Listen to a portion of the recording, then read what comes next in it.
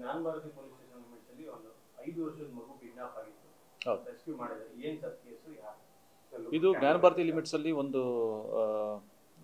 ಇಬ್ರು ಗಂಡ ಹೆಂಡತಿ, ಇಬ್ರು ಕೂಡ ರಾಯಚೂರು ಸಿಂಧನೂರು ತಾಲೂಕಿನವರು.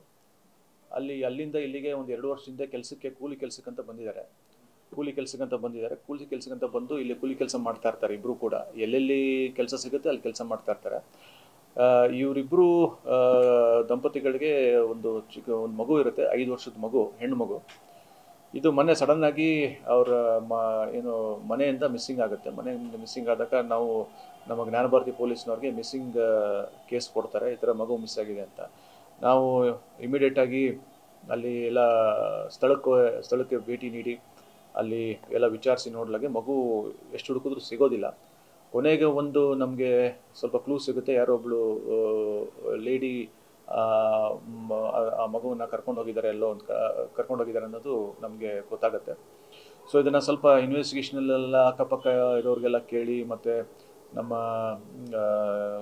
ಕ್ಯಾಮ್ರಾಸ್ ಎಲ್ಲ ನೋಡಿ ಆದಮೇಲೆ ಗೊತ್ತಾಗುತ್ತೆ, ಅದು ಒಂದು ಬಸ್ಸಲ್ಲಿ ಯಾರೋ ಒಂದು ಅಜ್ಜಿ ಥರ ಇರೋಳು ಒಬ್ಳು ಕರ್ಕೊಂಡು ಹೋಗಿದ್ದಾಳೆ ಅಂತೇಳಿ.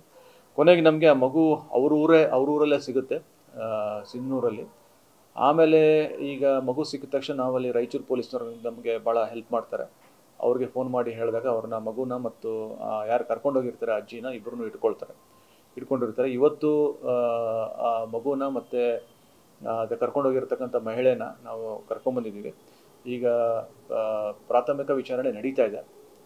ಇದರಲ್ಲಿ ನಮ್ಗೆ ಗೊತ್ತಾಗಿರೋದೇನೆಂದರೆ ಇವರೆಲ್ಲರೂ ಕೂಡ ಒಂದೇ ಊರವರು, ಗೊತ್ತಿರ್ತಕ್ಕಂಥವ್ರು.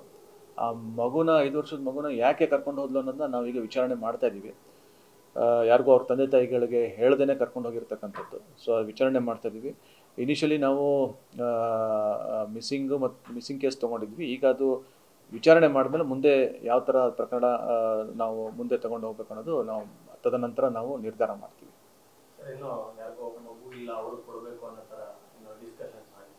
ಆ ಥರ ಅಂತ ಈಗ ಇಬ್ಬರು ಹೆಣ್ಮಕ್ಳಿದ್ದಾರೆ ಅದರಲ್ಲಿ.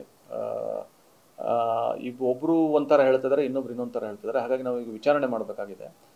ಸುಮ್ಮನೆ ಕರ್ಕೊಂಡು ಹೋಗಿದ್ರಾ ಅಥವಾ ಸರಿಯಾಗಿ ತಂದೆ ತಾಯಿಗಳು ಸರಿಯಾಗಿ ನೋಡ್ಕೊಳ್ತಾ ಇಲ್ಲ ಅಂತ ಕರ್ಕೊಂಡು ಹೋಗಿದ್ರಾ ಅಥವಾ ಮಗು ಇನ್ನೊಬ್ರಿಗೆ ಯಾರಿಗಾದ್ರೂ ಒಬ್ರಿಗೆ ಬೇಕಾಗಿತ್ತು ಅಂತ ಕರ್ಕೊಂಡು ಹೋಗಿದ್ದೀರಾ ಅನ್ನೋದ್ರ ಬಗ್ಗೆ ನಮಗೀಗ ಅಷ್ಟೊಂದು ಕ್ಲಾರಿಟಿ ಇಲ್ಲ.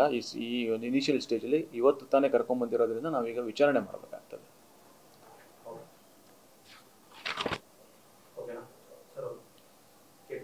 ಓಕೆ, ಹೌದು. ಇದು KP ಅಗ್ರಹಾರ ಪೊಲೀಸ್ ಠಾಣಾ ವ್ಯಾಪ್ತಿಯಲ್ಲಿ ಈಗ ಒಂದು 3 ದಿನದಿಂದ ಒಂದು ಪ್ರಕರಣ ದಾಖಲಾಗುತ್ತೆ, ಒಂದು ಕಿಡ್ನ್ಯಾಪ್ ಪ್ರಕರಣ.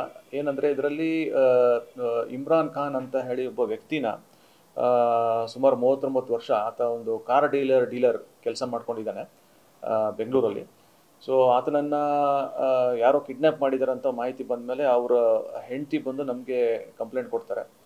ಸೊ ನಮ್ಮ ಒಂದು ಕಿಡ್ನ್ಯಾಪ್ FIR ಮಾಡಿಕೊಂಡು ನಾವು ಇಮಿಡಿಯೇಟಾಗಿ ಸ್ವಲ್ಪ ಎಲ್ಲ ನಮ್ಮ ತನಿಖೆಯನ್ನು ಚುರುಕುಗೊಳಿಸಿದಾಗ ನಮ್ಗೆ ಗೊತ್ತಾಗುತ್ತೆ, ಒಬ್ಬ ಮುಜಾಹಿದ್ ಅಂತ ಹೇಳಿ ಆತನು ಕೂಡ ಒಬ್ಬ ಕಾರ್ ಡೀಲರ್. ಬಟ್ ಆತ ಇಲ್ಲಿಯವನಲ್ಲ, ಅವನು ತುಮಕೂರಲ್ಲಿ ಶಿರಾ ಪ್ರದೇಶದವನು. ಅಲ್ಲಿ ಅವನು ಕಾರ್ ಡೀಲಿಂಗ್ ಮಾಡ್ತಾ ಇರ್ತಾನೆ, ಇವನು ಇಲ್ಲಿ ಕಾರ್ ಡೀಲಿಂಗ್ ಮಾಡ್ತಾ ಇರ್ತಾನೆ. ಇಬ್ರಿಗೂ ಪರಿಚಯದವ್ರೆ. ಏನೋ ಒಂದು ದುಡ್ಡು ಕೊಡೋದು ವಿಚಾರದಲ್ಲಿ 2.5 ಲಕ್ಷ ಈತ ಇಮ್ರಾನ್ ಖಾನ್ ಮುಜಾಹಿದ್ಗೆ ಕೊಡಬೇಕಾಗಿತ್ತು ಅಂತ ಒಂದು ಮಾಹಿತಿ. ಸೊ ಕೊಟ್ಟಿಲ್ಲ ಅಂತ ಹೇಳಿ ಆತನನ್ನು ಕಿಡ್ನ್ಯಾಪ್ ಮಾಡಿಕೊಂಡು ಕರ್ಕೊಂಡು ಹೋಗ್ತಾರೆ. ಸೊ ನಮಗೆ ತದನಂತರ ನಮ್ಮ KP ಅಗ್ರಹಾರ ಪೊಲೀಸ್ ಠಾಣೆಯಲ್ಲಿ ಇದು ಪ್ರಕರಣ ದಾಖಲಾದಮೇಲೆ ಅವರನ್ನು ಹಿಡಿಯೋದಕ್ಕೆ ಇಮಿಡಿಯೇಟಾಗಿ ರಾತ್ರಿ ನಮ್ಮ ಕ್ರೈಮ್ ಪೊಲೀಸ್ನವರು ಹೋಗ್ತಾರೆ ಶಿರಾಗೆ. ಭಾಳ ಫಾಸ್ಟಾಗಿ ಕೆಲಸ ಮಾಡಿದ್ದಾರೆ. ಅಲ್ಲಿ ಒಂದು ಮಸೀದಿಯಲ್ಲಿ ಇರೋದ್ರ ಬಗ್ಗೆ ನಮಗೆ ಮಾಹಿತಿ ಬರುತ್ತೆ. ಮತ್ತು ಅಲ್ಲಿ ಲೋಕಲ್ ಲೀಡರ್ಸ್ನು ಕೂಡ ಕಾಂಟ್ಯಾಕ್ಟ್ ಮಾಡಿ ಆತನನ್ನು ಪತ್ತೆ ಮಾಡ್ತೀವಿ. ಬೋತ್ ವಿಕ್ಟಿಮ್ನು ಕೂಡ ಮತ್ತು ಅಕ್ಯೂಸ್ನು ಕೂಡ ಇಬ್ಬರನ್ನೂ ಕೂಡ ಪತ್ತೆ ಮಾಡ್ತೀವಿ. ಪತ್ತೆ ಮಾಡಿದ್ಮೇಲೆ ಗೊತ್ತಾಗುತ್ತೆ ಇವರು ದುಡ್ಡು ಕೊಟ್ಟಿಲ್ಲ ಅಂತ ಹೇಳಿ ಆ ಒಂದು ಕಾರಣಕ್ಕಾಗಿ ಕಿಡ್ನ್ಯಾಪ್ ಮಾಡ್ಕೊಂಡು ಕರ್ಕೊಂಡೋಗಿರ್ತಾರೆ ಅಂತ. ಈ ವಿಚಾರದಲ್ಲಿ ಇಬ್ಬರನ್ನ ನಾವು ಅರೆಸ್ಟ್ ಮಾಡಿದ್ದೀವಿ, ಮುಜಾಹಿದ್ ಮತ್ತು ಸೈಯದ್ ಜಾಕೀರ್ ಅಂತ ಹೇಳಿ. ಇಬ್ಬರನ್ನ ಅರೆಸ್ಟ್ ಮಾಡಿ ನಾವೀಗ ತನಿಖೆಯನ್ನು ನಾವು ಕೈಗೊಂಡಿದ್ದೀವಿ. ಮುಂದಿನ ತನಿಖೆಯಲ್ಲಿ ಇನ್ನೂ ಯಾರ್ಯಾರಿದ್ದಾರೆ ಅನ್ನೋದ್ರ ಬಗ್ಗೆ ನಾವು ಪತ್ತೆ ಹಚ್ತೀವಿ. ಇಲ್ಲ, ಆ ಥರದ್ದು ನಮ್ಗೆ ಹೊಡೆದಿರೋದ್ರ ಬಗ್ಗೆ ಆ ಥರದ್ದೇ ನಮ್ಗೆ ಮಾಹಿತಿ ಇಲ್ಲ. ಈಸ್ ಸೇಫ್ ಆ್ಯಂಡ್ ಸೌಂಡ್, ಅವನಿಗೇನು ತೊಂದರೆ ಆಗಿಲ್ಲ ಸದ್ಯಕ್ಕೆ. ನ್ಯೂಸ್ ಫಸ್ಟ್ ನಿರ್ಭೀತಿಯಿಂದ ನಿಮ್ಮ ಪರವಾಗಿ.